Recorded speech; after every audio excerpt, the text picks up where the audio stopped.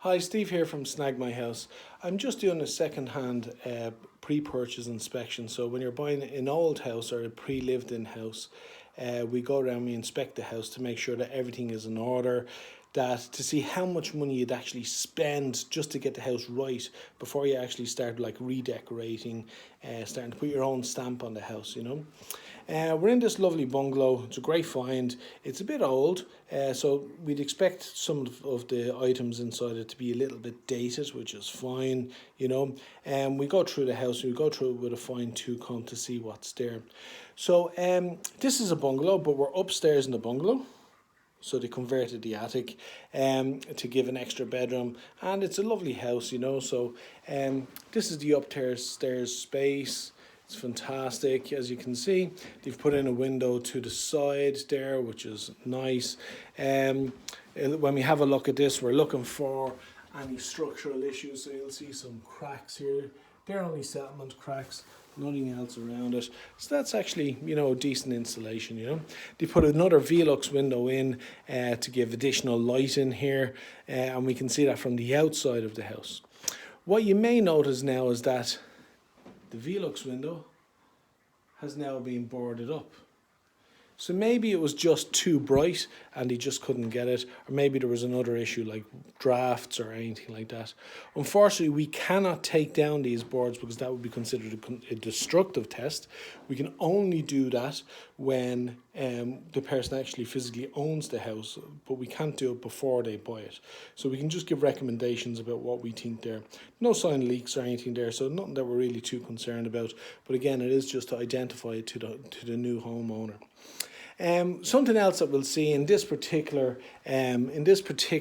house here, you'll see this here. So these are the supports. They run along and they are to hold up basically the roof trusts that are there. You'll see it again on this side here. So a big beam there for holding up the roof trusts. That's fine, we'd normally see that. But when we come into this little wardrobe area here, because this house has been kind of modified, rectified, changed along the way, you know, who has done this attic conversion? Well, looking at the way it's kind of done, the floors are a bit up and down, you know, there's steps down in different parts. I would say that the homeowner themselves actually done this long ago, before proper companies would have come in to do them. But if we have a look in this little area here, this little cubby hole, we can see the support beam has actually been cut. So this here it's okay, this can happen. We'll be looking now, we got in behind to see this small support wall here at the back,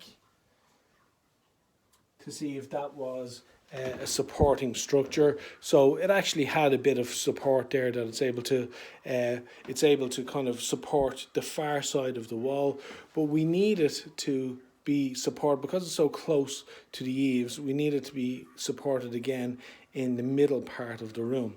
So we have this wall here, which is fine, and we have a look at this area here over the door, but this is plasterboard, it's not wood, so it's actually not sufficient. It doesn't have a structural rating on it there, so we'll be giving this towards the client so they can identify, you know, that they need this work done before they get the house.